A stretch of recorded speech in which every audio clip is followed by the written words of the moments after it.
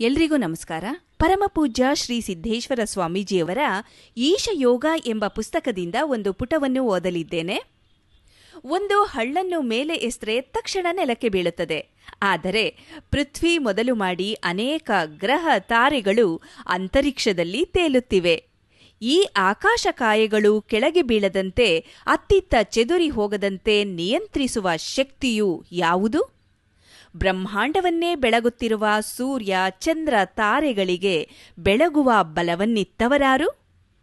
ವಿಶ್ವದಲ್ಲಿರುವ ಗುರುತ್ವಾಕರ್ಷಣೆ ಮೊದಲಾದ ಎಲ್ಲ ಶಕ್ತಿಗಳ ಮೂಲ ಶಕ್ತಿಯೇ ಈಶ್ವರನು. ಅವನೇ ಈ ಜಗದೊಡೆಯನು. ಈಗ ನೋಡಿ, ಇಂದು ವಿವಾಹವಾದ ನವದಂಪತಿಗಳು ಕೊನೆಯವರೆಗೆ ಹೀಗೆ ಚಿರತರುಣರಾಗಿ ಇರಬೇಕೆಂದು ಬಯಸುತ್ತಾರೆ. ಆದರೆ ಕಾಲನು ಕಳ್ಳ ಹೆಜ್ಜೆಯನ್ನಿಡುತ್ತಾ ಬಂದು ಯೌವನ, ಸೌಂದರ್ಯ ಎಲ್ಲವನ್ನೂ ಅಪಹರಣ ಮಾಡುತ್ತಾನೆ. ಕೊನೆಗೊಂದಿನ ಆ ಕಾಲಪುರುಷನು ಎಲ್ಲದಕ್ಕೂ ಮಂಗಳ ಹಾಡುತ್ತಾನೆ. ಅಲ್ಲಿಗೆ ಜೀವನ ಮುಗಿಯುತ್ತೆ.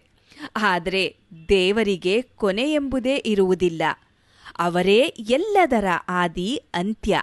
ಅವರಿಗೆ ಆದಿ ಅಂತ್ಯವಿಲ್ಲ. ಅವರು ಅನಾದಿ ಅನಂತ ಎಂದು ಪರಮಪೂಜ್ಯ ಶ್ರೀ ಸಿದ್ದೇಶ್ವರ ಸ್ವಾಮೀಜಿಯವರು ಹೇಳಿದ್ದಾರೆ. ಧನ್ಯವಾದಗಳು.